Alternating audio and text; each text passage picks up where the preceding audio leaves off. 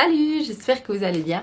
Alors aujourd'hui je reviens pour une vidéo un peu différente de d'habitude. C'est en fait une vidéo un peu réaction, un peu décortication d'un événement qui a eu une petite polémique autour de My Better Self, qui est le pseudo de Louise Aubry, qui est donc influenceuse. Et en fait je vais vous expliquer un peu ce qui s'est passé et les retours hyper négatifs qu'elle a eu et un peu décortiquer ça et pourquoi je trouve que les gens exagèrent vraiment et pourquoi je trouve que toutes les réactions négatives qu'elle a reçues c'était vraiment de l'acharnement, c'était vraiment pour la plupart injustifié et un peu remettre les pendules à l'heure, donner mon avis sur la situation, donner mon avis sur tout ce qui s'est passé et un peu vous expliquer pourquoi parfois faudrait vraiment se détendre avant d'aller agresser les gens, avant de les accuser de mille et une choses. Je vais vous expliquer l'affaire, tout ce qui lui a été reproché et un peu débunker la plupart de ses reproches parce que pour moi ils n'ont juste pas lieu d'être.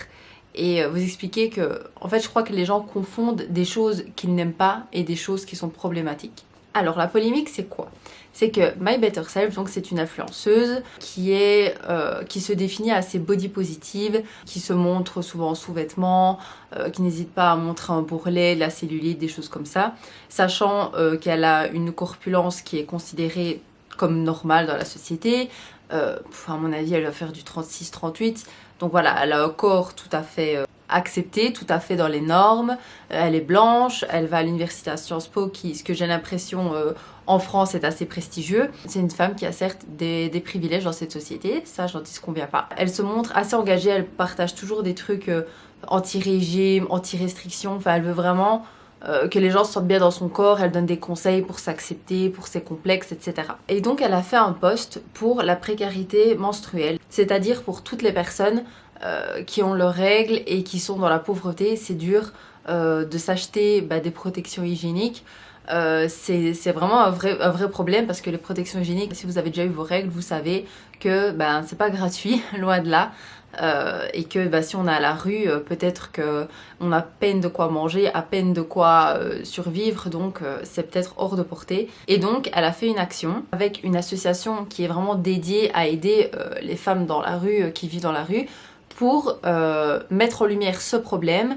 Et en fait à chaque partage de sa publication, que je vous mets ici, c'était un pack de protection hygiénique qui était donné à l'association pour qu'ils aillent les distribuer à ces femmes en précarité.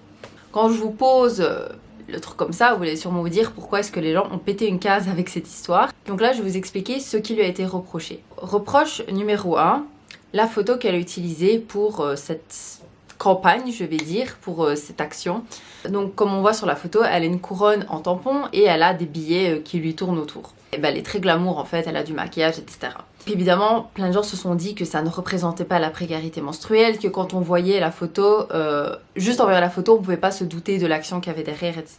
Pour ça, je suis d'accord, mais je pense qu'il faut pas être très finot pour comprendre que, de 1, pour qu'une image soit reliée sur les réseaux sociaux, ce qui était quand même le but, que ce soit partagé, vu, revu, etc., il faut quelque chose qui attrape le regard en fait, qui claque, vu que Instagram c'est un réseau d'images. Du coup oui, elle a fait une belle photo, qui est quand même dans le contexte, je veux dire, vous voyez pas souvent des gens se promener avec des couronnes de tampons sur Instagram, donc je pense que le contexte était quand même bien là. La couronne de tampons pour montrer la couronne, la richesse, et les tampons, les menstruations, pour vraiment dire que c'était un luxe, et les billets autour pour dire que c'est cher. Donc pour moi l'imagerie était intelligente quand même, le message passait, parce que je pense pas que vous verriez ça et vous diriez c'est juste un délire d'influenceuse. Une couronne de tampon, j'ai jamais vu ça nulle part ailleurs.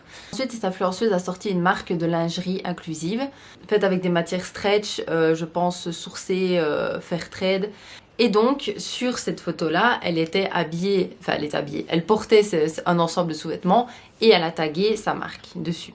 Alors concernant ça, franchement, c'est le seul point où je peux comprendre.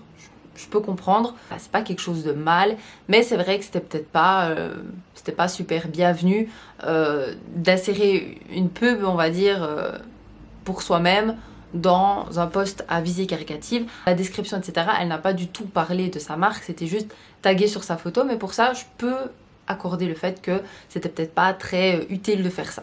Ensuite, on lui en a voulu d'avoir marqué Nana, la marque de protection menstruelle Nana, dans la légende, et de s'être associée à Nana pour fournir les protections qui allaient être offertes. Alors là, franchement, c'est la partie, je pense, que je comprends le moins de tout ce toin-toin qu'il y a eu. Donc, ils ont voulu offrir des protections hygiéniques à le plus de personnes possible qui en avaient besoin en situation de précarité.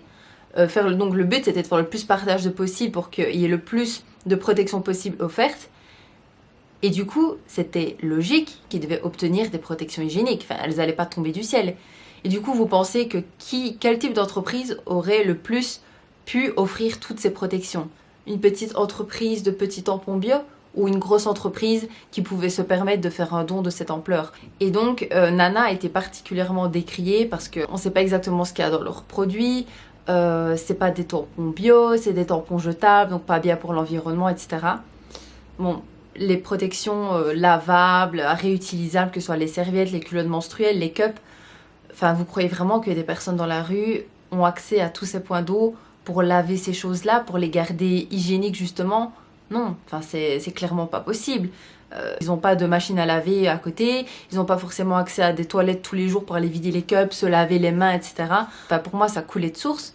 Des marques de tampons, de serviettes réutilisables bio, honnêtement, il n'y en a pas encore qui ont, je sais pas, qui ont la renommée de Nana, par exemple.